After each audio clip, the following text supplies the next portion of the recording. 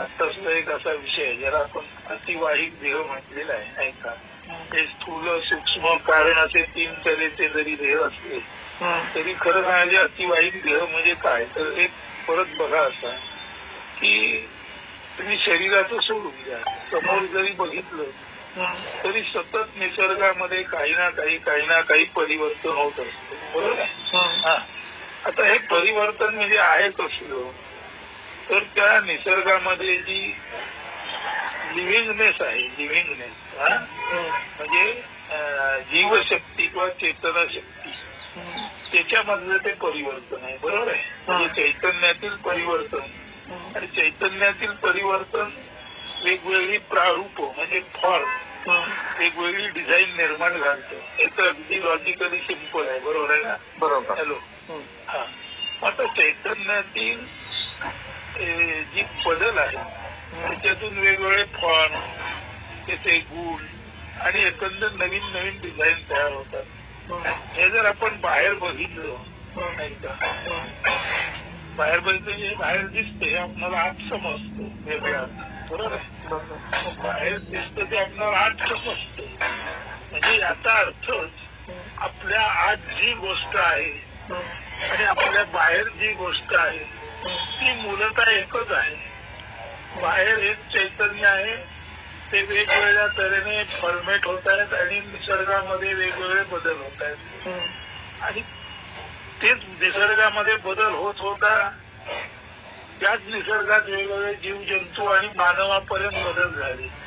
म्हणजे चैतन्यामध्ये जसं आतून काहीतरी प्रेरणा निर्माण होते, तसं कीडमुंगीपासून माणसं निर्माण झाली, आणि एवढं करून जे भूप्रदेश आहेत त्यांच्यामध्ये वारा, वादळ, भूकंप याच्यामुळे अनेक तिथे सुद्धा स्थित्यंतर जसं दिसत असतं त्याच्यात वरच्यावर होत असतात. म्हणजे अगदी उद्या ती सुनामी झाली किंवा अर्थक्वेक झाला, आता बघा ठराविक विश्व स्केलच्या पुढे अर्थक्वेक झाला की त्याचा परिणाम काय होतो, त्या लहरी समुद्राच्या पोटातून येऊन समुद्रामध्ये सुनामी होते. म्हणजे पॅसिफिक महासागराच्या तळापर्यंत एखाद्या भूकंपाची ही जाणीव येणं आणि तो पॅसिफिक महासागर 20-20 फुटाच्या लाटा उसळणं, म्हणजे ही चैतन्यातली बदलाचीच गोष्ट आहे ना, त्याचाच शेवटी परिणाम आहे ना.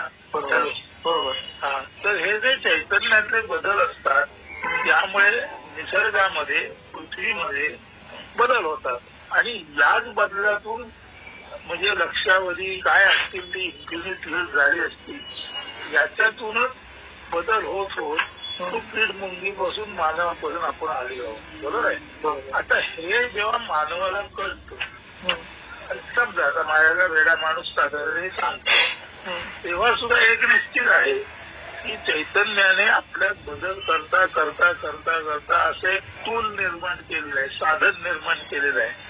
ते साधन जिवंत साधन आहे, म्हणजे माणसासारखं, समजलेलं आहे?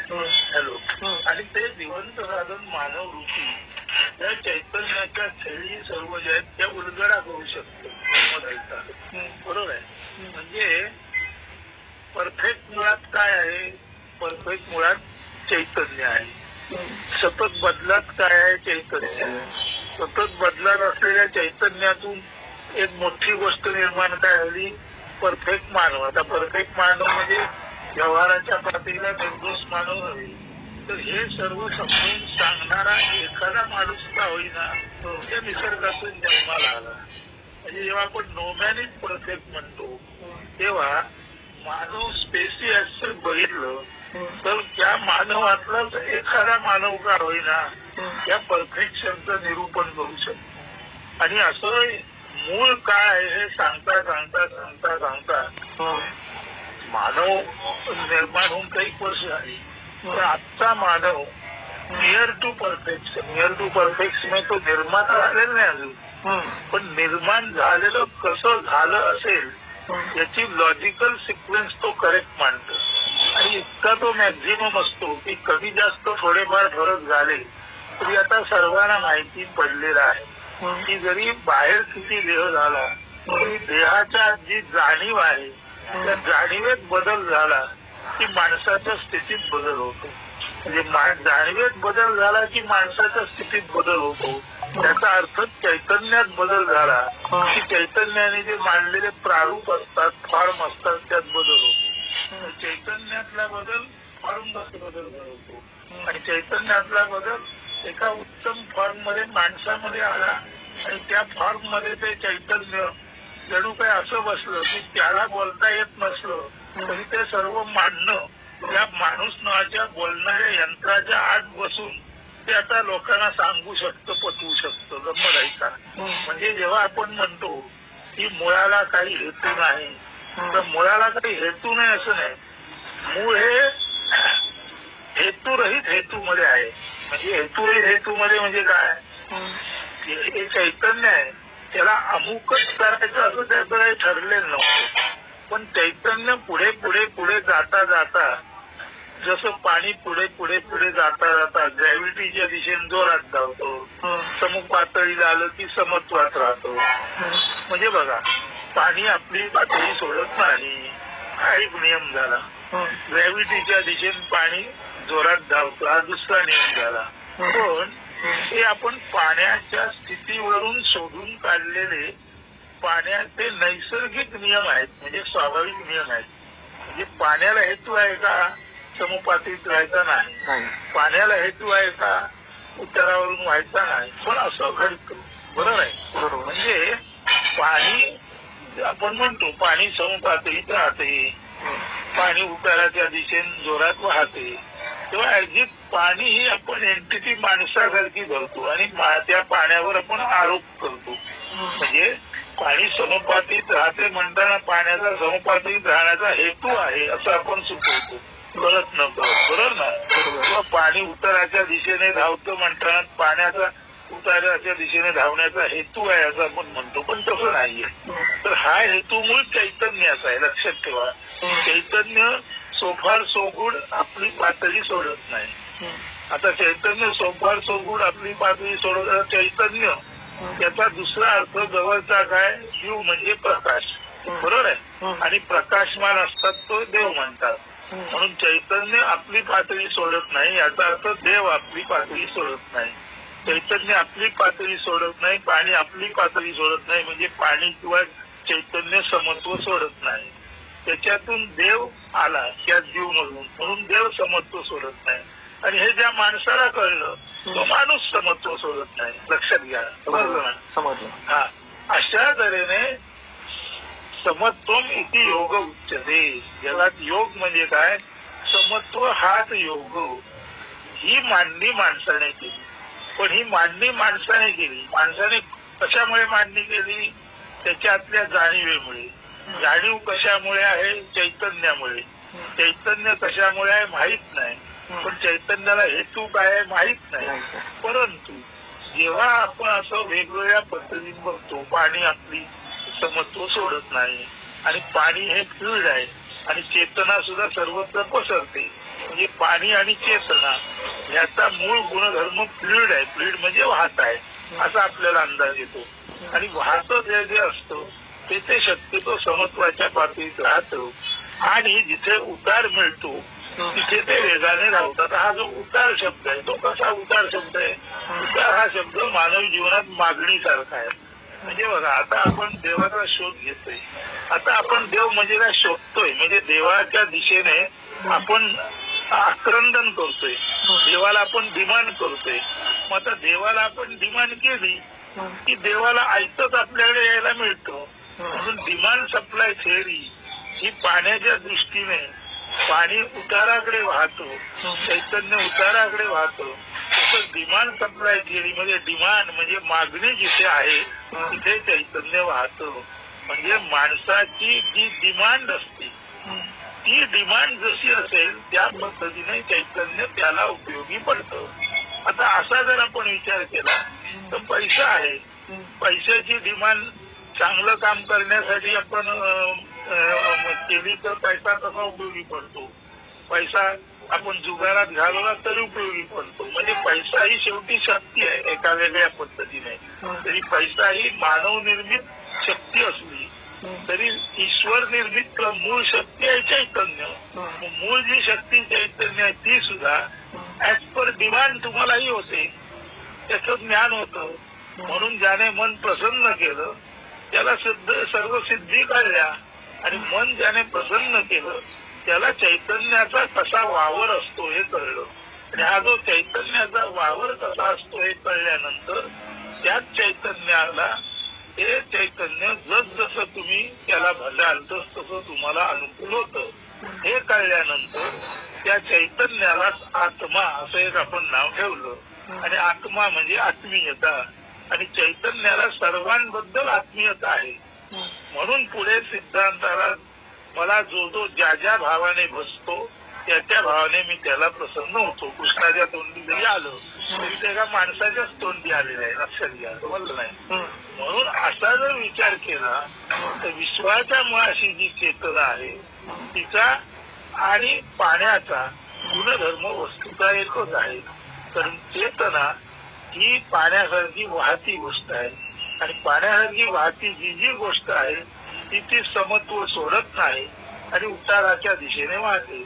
उतार याचा अर्थ पाणी व्हायला सोयीची जागा, आणि उतार याचा अर्थ डिमांड. म्हणजे चैतन्याकडे जर तुम्ही फक्त डिमांड केली की तुझं रस्ते मला उलगडू दे, तर अशी डिमांड करणारा जो माणूस असतो त्याला आपण संत म्हणतो, तत्वज्ञ म्हणतो. त्याला पटकन कळतं की चैतन्य आपलं समत्व सोडत नाही. तो पटकन त्या चैतन्याला आत्मा म्हणतो. तो पटकन म्हणतो सर्वाभूती भगवंत. तो पटकन म्हणतो आत्मा सर्वत्र एक आणि एकच आहे. म्हणजे समत्व जे आहे हेच आत्म्याचं रूप आहे, हेच चैतन्याचं रूप आहे, हेच द्रवाचं रूप आहे. आणि द्रव, पाणी आणि चैतन्य याच्यामध्ये सुद्धा ते चैतन्य म्हणजे हालचालीचं सामर्थ्य आहे, हे सर्वात मूळ आहे. म्हणजे पाणी नंतर आहे, लक्षात ठेवा.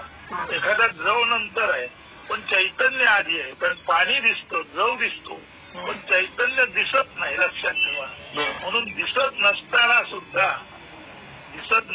सुद्धा जे असतं, आणि ज्याच्या असून न दिसण्यातून सुद्धा ही सृष्टी निर्माण झाली, या चैतन्याला आत्मा म्हणतात. समजलं काय? बरोबर. असं एकदा तुम्ही असून सुद्धा न दिसण्यामुळे जी निर्माण गोष्ट आली त्याला आत्मा म्हणतात. आणि यालाच म्हटलेलं आहे एव्हरीथिंग कम्स फ्रॉम नथिंग. म्हणजे असणेपणी असून सुद्धा थिंग म्हणून जे कधी दिसत नाही असं जे चैतन्य आहे त्याच्यातून दिसणाऱ्या सर्व गोष्टी जन्माला आल्या. म्हणजे बघायला गेलं तर गुडप अंधार, पण त्या गुडप अंधारातूनच उजेड आला, उजेडातूनच चेतनेची पुढचे फॉर्म आले, फॉर्म येता येता माणसापर्यंत प्रगल्भ फॉर्म आले. आणि त्या माणसामध्ये हे गुडप अंधारातून सर्व कसं येतं, how everything comes from nothing हे सांगण्याचं कसं भागलं. आणि असं कसं भाजले कृष्णमूर्ती असो, ज्ञानेश्वर असो, हे वेगळ्या अर्थाने त्याच मानव जातीतून निर्माण आलेले आहे की ज्या मानव जातीबद्दल म्हटलं जातं नो मॅन इज परफेक्ट. पण खरं बघायला तर नो मॅन इज परफेक्ट याचा व्यवहारातला अर्थ एवढाच आहे, ज्याला आपण गुण म्हणतो. आणि गुण हे माणसाने निर्माण केलेले भौतिक परिस्थितीला धरून शब्द आहेत, लक्षात ठेवा. म्हणून ज्याला आपण गुण म्हणतो त्या पातळीवर कुठलाही माणूस निर्दोष नाही. परंतु गुण आणि अवगुण याच्या पलीकडे जो एक निर्गुण आहे, लक्षात ठेवा. गुण आणि अवगुण याच्या पलीकडे जो निर्गुण आहे त्याच्यातूनच हे गुणात्मक जग आलं, त्याच्यातूनच हे साकार जग निर्माण आलं. हे जेव्हा आपल्याला कळतं तेव्हा आपल्या जाणीवेमध्ये हे जे निर्गुण निराकार आहे त्याच्यातूनच हे सर्व आलं, हे आपल्या जाणीवेमध्ये पण आहे. आणि आपल्या जाणीवेत जेव्हा हे येतं की सर्व निर्गुण निराकारातून बाहेर आलं, एव्हरीथिंग कम्स फ्रॉम नथिंग, तेव्हा बाहेरही ते तसंच आहे. म्हणून माणसाच्या जाणीवेत जेव्हा येतं एव्हरीथिंग कम्स फ्रॉम नथिंग, ते येईपर्यंत माणूस आत आणि बाहेर तुलना करत असतो. आणि बाहेरही त्याला कळतं अरे इथे बऱ्याच वर्षापूर्वी वाळवंट होतं, पण अचानक याच्यातून रोप आलं. आता रोप आलं म्हणताना त्यात बी होतं हे जरी लॉजिकली गृहीत असलं तरी रोप येण्या अगोदर त्यात बी पडलेलं होतं दिसतच नव्हतं ना, तिथे वाळवंट होतं ना. म्हणजे याचा अर्थ असा आहे की ज्या अर्थी सर्व काही जन्माला आलं त्या अर्थी जन्माला येण्या अगोदर त्यात जे होतं ते दिसत नव्हतं. आता ते वर आल्यानंतर त्याला आपण वेगवेगळ्या नावानं म्हटलं, पण तू दिसत नव्हतं तेव्हा ते जे बीज होतं ते मुळी निर्गुण बीजच होतं. म्हणजे निर्गुण निराकार बीजातून सगुण साकार विश्व आलं, असा त्या एव्हरीथिंग कम्स फ्रॉम नथिंगचा अर्थ आहे. आणि हे जेव्हा माणसाला जाणीवेच्या पातळीला कळलं तेव्हा खऱ्या अर्थाने नो मॅन इज परफेक्ट म्हटलं तरी स्पेसीज एक प्रजाती म्हणून माणूस हीच प्रजाती अशी आहे की जिथे हे सर्व कसं निर्माण झालं हे अत्यंत तर्कशुद्धपणे जाणू शकला. लक्षात ठेवा, नो मॅन इज परफेक्ट जरी असलं तरी जाणीवेच्या पातळीला तर्कशुद्ध उलगडा माणूस जितका करू शकतो तितका अन्य कुठल्याही फॉर्म मधला कुठलाही प्राणी करू शकत नाही.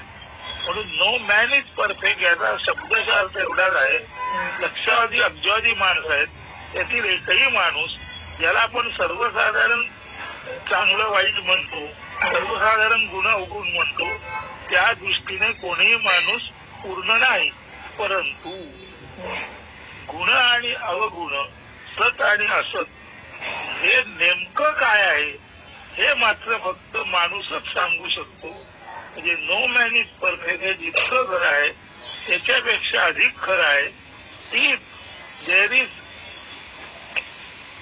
Anything perfect that is nothing but one single entity and that entity is human being, and out of that one entity human being certain person is perfect because he can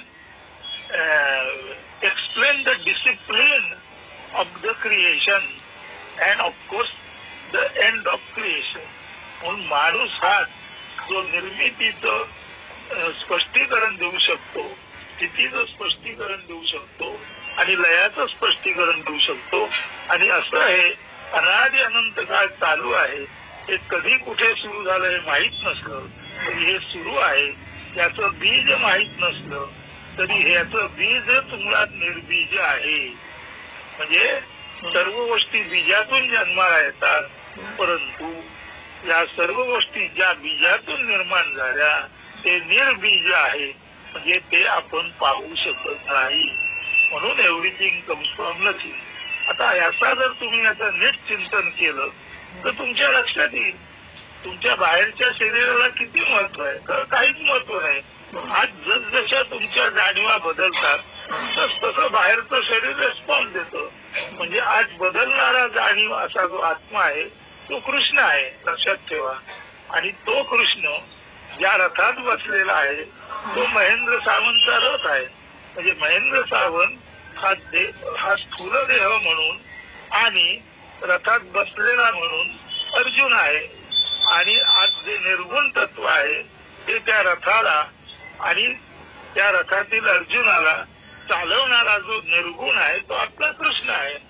अशा तऱ्हेने जर जीवन लक्ष झालं तर माणूस खरा स्थूल देह असून नसल्यासारखाच आहे. आज जे काही चालू आहे याचा जर तुम्ही अभ्यास केला तर आतल्याचा अभ्यास जितका अचूक होतो तितका बाहेरचा रथ अचूक जागी पोचतो. आणि आतल्या जो हे आहे सारथी आहे बसलेला तो नोबडी जो सारथी आहे याचा जर अभ्यास नीट झाला तर एवढी जो बाहेरचा आहे तो नारायण पाटणकर असो, निसर्ग महाराज असो, अरुण वाघमारे असो, महेंद्र सावंत असो, जे कृष्णमूर्ती असो, ज्ञानेश्वर असो, आतल्या नो बडीचा जर एक्झॅक्ट आपल्याला ज्ञान झालं तर बाहेरचा anybody, I say anybody, right from Dnyaneshwar, Tukaram, J Krishnamurti, Arun Waghmare, Mahendra Sawant, Narayan Patankar हे सर्व एनीबडी आहे. पण ते तुमची आमची बॉडी म्हणून सारखीच आहे. पण आतली जी जाणीव शक्ती ती सुद्धा वस्तुता सारखी आहे. पण त्या आतल्या निर्गुणाचं समत्व जोपर्यंत आपण जाणत नाही, आतल्या कृष्णाचं समत्व आपण जाणत नाही तोपर्यंत समत्वम इति योग उच्यते. योग म्हणजे अखंड स्थिती म्हणजे समत्व, आणि अखंड स्थिती म्हणजे समत्व हे ओळखणं म्हणजेच खऱ्या अर्थाने निर्गुण जे आहे, जे आकार शून्य आहे, त्याच्यातूनच सगुण साकार निर्माण झालं आणि निर्गुण निराकार जे आहे ते आपलं मूळ असणे पण कधी सोडत नाही. त्यामुळे त्याच्यावर जे येतं ते वर आलं, राहिलं आणि गेलं म्हणून ते टेम्पररी आहे. परंतु वर येणार काही काळ राहतं, नष्ट होतं, ते टेम्पररी आहे कारण त्या बॉडीज आहे. परंतु बॉडीज जिथून येतात ती नोबडी आहे, बॉडीज जिथे परत जातात ती नोबडी आहे. म्हणून एव्हरीथिंग कम्स फ्रॉम नथिंग हे वाक्य इथेच पुरं होत नाही. Everything comes from nothing and goes back to nothing. इथे ते अव्यक्तादीनी भूतानी व्यक्त मध्यानी भारत अव्यक्त निधनान्यव तत्रता परिदेवना. काही नसलेल्या म्हणजे अव्यक्तात सुरुवातीला प्राणी मात्र असतात, नंतर व्यक्तामध्ये ती येतात आणि नंतर अव्यक्तामध्ये जातात. याचा खरा अर्थ जो आहे तो कृष्णमूर्तीने अर्ध्या भागात सांगितलेला आहे. एव्हरीथिंग कम्स फ्रॉम नथिंग आणि पुढचा भाग आहे and everything goes back to nothing and so there is nothing to cry about it. म्हणून सर्व अव्यक्तातून येतं, काही काळ राहतं आणि अव्यक्तात जातं. त्यामुळे ते रडण्यासारखं शोक करण्यासारखं काही नाही. आणि शोक करण्यासारखं काही नाही हे जेव्हा तुम्ही समजावून घेता तेव्हा हळूहळू तुम्ही त्या मूळ जाणीवेपर्यंत ज्ञानाने पोचता आणि ज्याची ज्ञानरूप जाणीव आत्मरूप झाली म्हणजे ज्याची ज्ञानरूप जाणीव आत्मरूप झाली, ज्याच्या ज्ञानामध्ये समत्वाची बैठक पक्की झाली, त्याच्या दृष्टीने आपण जन्माला आलो, मरणार, परत जन्माला येणार, हे सर्व सर्व सर्व टोटल असत्य आहे. समजलं काय?